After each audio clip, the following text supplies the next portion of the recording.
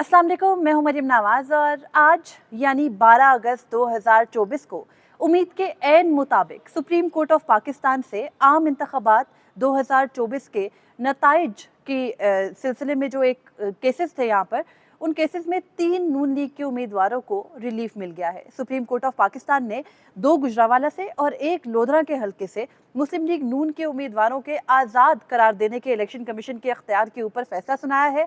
ये मामला supreme court में जो आया, ये था क्या ये सिर्फ वोटों की दोबारा गिनती का मामला था या फिर ये इख्तियार का मामला था? ये इस व्लॉग में जायजा लेते हैं। तो सुप्रीम कोर्ट ऑफ पाकिस्तान के सामने मैं आपको बिल्कुल आसान लफ्ज़ों में समझा देती हूँ। ये मामला आया यानी आम इंतखाबात 2024 हो गए और आज़ाद उम्मीदवार बड़ी तादाद में जीत के चले गए। जैसे आज़ाद उम्मीदवारों के खिलाफ, उनकी जीत के खिलाफ, जाहिर है जो भी कैंडिडेट जीतता है, मुखालिफ उम्मीदवार कोशिश करता है कि उसके खिलाफ वो रुजू करे इलेक्शन कमीशन से या आला फोरम से।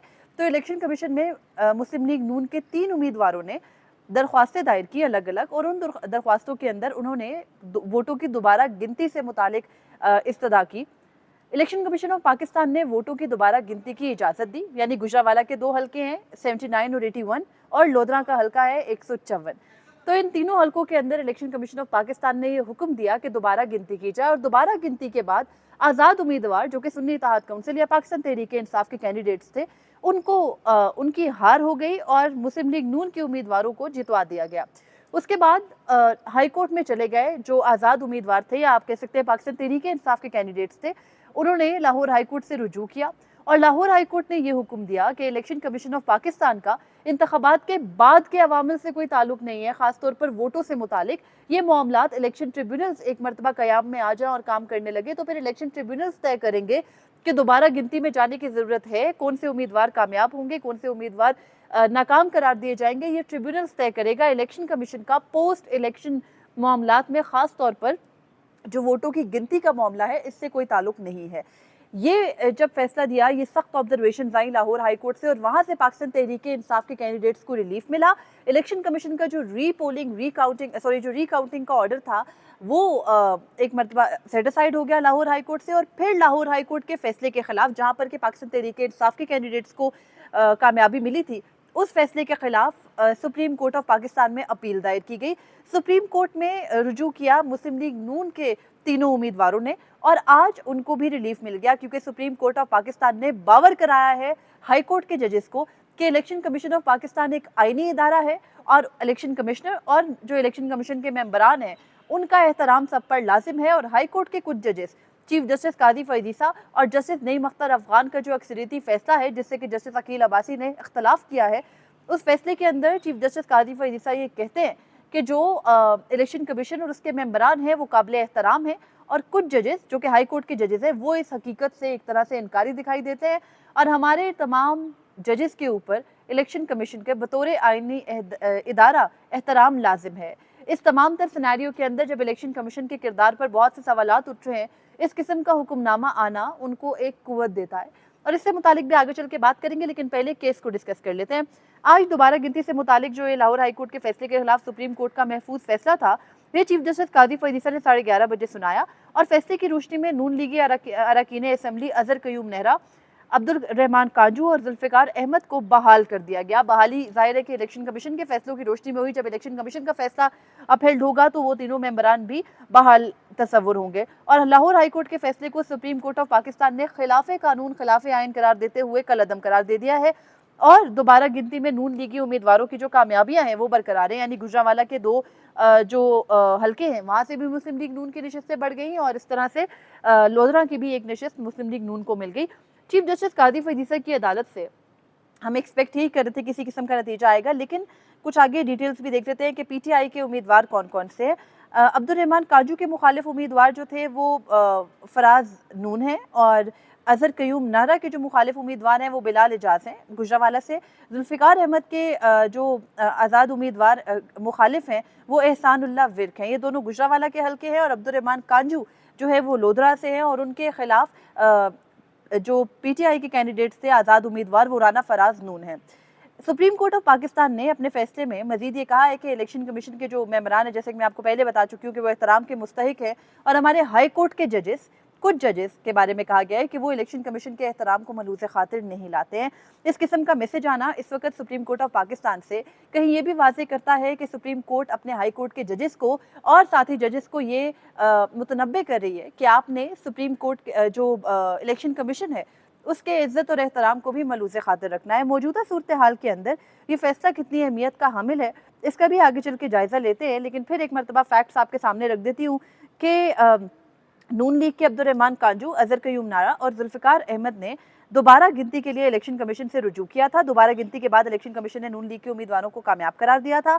इलेक्शन कमीशन के फैसले को आज़ाद अरकान ने लाहौर हाईकोर्ट में चैलेंज किया था। लाहौर हाईकोर्ट में रिट पिटीशन दायर की गई थी, यानी आईनी दरख्वास्त दायर की गई थी। लाहौर हाईकोर्ट ने इलेक्शन कमीशन के फैसले को कलअदम करार देते हुए तीनों उम्मीदवारों को कामयाब, यानी पीटीआई बैक्ड कैंडिडेट्स जो थे उनको आज़ाद उम्मीदवार करार दिया। लाहौर हाईकोर्ट के फैसले के खिलाफ नून लीग के अरकान ने सुप्रीम कोर्ट से रुजू किया और सुप्रीम कोर्ट ने अक्सरियती फैसले के जरिए इलेक्शन कमीशन के फैसले को बहाल करते हुए नून लीग के उम्मीदवारों की अपीलें मंजूर की हैं। और सुप्रीम कोर्ट के फैसले के बाद अब मुस्लिम लीग नून की कौमी असम्बली के अंदर 3 नशिस्तें बढ़ गई हैं।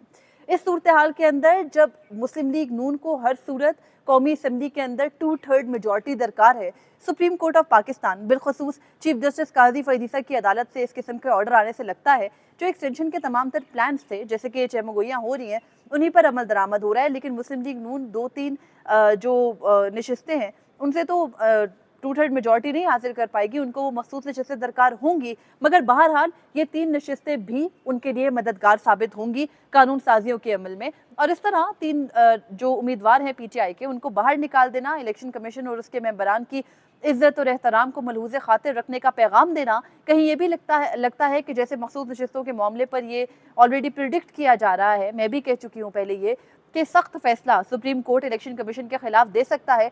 तो उससे एक मरतबा फिर से तंबीह की गई है मुनसिफ आज़म की जानिब से कि आप मत कीजिए वो जो आप करने जा रहे हैं। और मौजूदा सूरत हाल के अंदर जहाँ आम इंतखाबात पर बहुत सी उंगलियाँ उठ रही हैं, जहाँ इलेक्शन कमीशन के किरदार पर बहुत सी उंगलियाँ उठ रही हैं, सुप्रीम कोर्ट के चीफ जस्टिस की जानिब से और सुप्रीम कोर्ट के उनके साथ एक और जज की जानिब से, यानी जो जस्टिस नईम अख्तर अफगान है, ये पैगाम जाना कि हम आपके साथ खड़े हैं। और जस्टिस नईम अख्तर अफगान वही जज हैं जिन्होंने कुछ दिन पहले मखसूस नशिस्तों के मामले पे जो 2 जजेस का अक़लियती इख्तलाफी नोट आया था, उसके अंदर भी जो इलेक्शन कमीशन है उसी के इख्तियारात को अपहेल्ड किया था। तो इतनी अंधी तकलीद आईनी इदारों की क्या सुप्रीम कोर्ट ऑफ पाकिस्तान से की जानी चाहिए? अगर इसी तरह से तमाम मामलात चलते रहेंगे तो मुतासरा फरीक का क्या एतबार रहेगा इस सिस्टम के ऊपर, इस जो हमारी सुप्रीम कोर्ट है उससे? क्योंकि उनको तो यही लगेगा कि अगर हमारे मुखालिफ में एक आईनी इदारा है तो हमेशा आईनी इदारे की ही इज्जत को अपहेल्ड किया जाएगा, उसी के एहतराम को मलहूज़ खातिर रखने का कहा जाएगा, हमारे हकूक़ को नहीं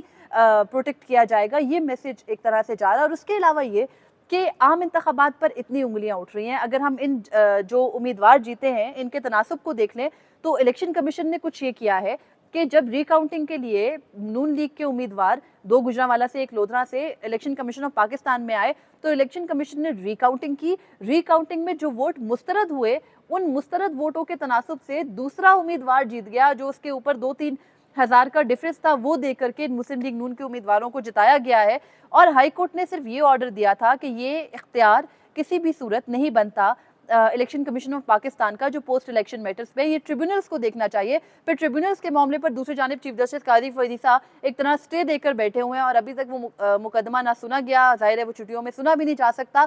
तो जब तक ट्रिब्यूनल्स गैर फाल रहेंगे और इस किस्म के फैसले आते रहेंगे तब तक फ़ायदा मौजूदा हुकूमत को पहुँचेगा। लेकिन एक मरतबा फिर कहूँगी कि अगर एक भी हल्का आम इंतखाबात 2024 से मुतालिक खुलता है और उस हल्के के अंदर इलेक्शन कमीशन की बेज़ाब्तगी साबित होती है तो पूरे के पूरे 8 फरवरी 2024 के इंतखाबात एक तरह उन पर शक पड़ जाएगा और तमाम जो इंतखाबात है वो मुतनाज़े हो जाएंगे। और इसी मुतनाज़ेपन से बचने के लिए चीफ जस्टिस काजी फैजीसा, जिनके की ऑर्डर से वो आम इंतखाबात हुए थे, वो उन आम इंतखाबात को प्रोटेक्ट करे, बिल्कुल उसी तरह जैसे ये मौजूदा हुकूमत कर रही है, बिल्कुल उसी तरह जिस तरह मौजूदा फौजी इस्टेब्लिशमेंट कर रही है और बिल्कुल उसी तरह जैसे इलेक्शन कमीशन ऑफ पाकिस्तान कर रहा है।